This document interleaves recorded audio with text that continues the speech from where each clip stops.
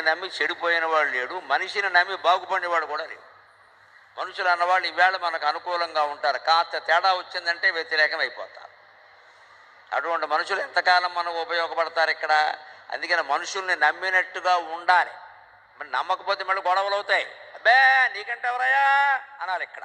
కానీ మన దారి మనం చూసుకోవాలి అంతే. లేకపోతే వాడు దెబ్బేసేస్తాడు.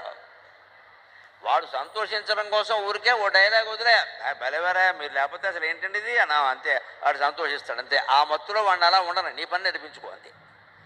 అందుకని నిజంగా నమ్మవలసింది ఎవరంటే లలితాదేవి ఒక్కతినే నమ్మాలమ్మ.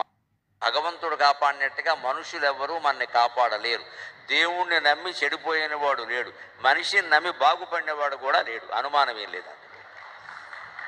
దేవుణ్ణి నమ్మి చెడిపోయిన వాడు లేడు, మనిషిని నమ్మి బాగుపడినవాడు కూడా లేడు.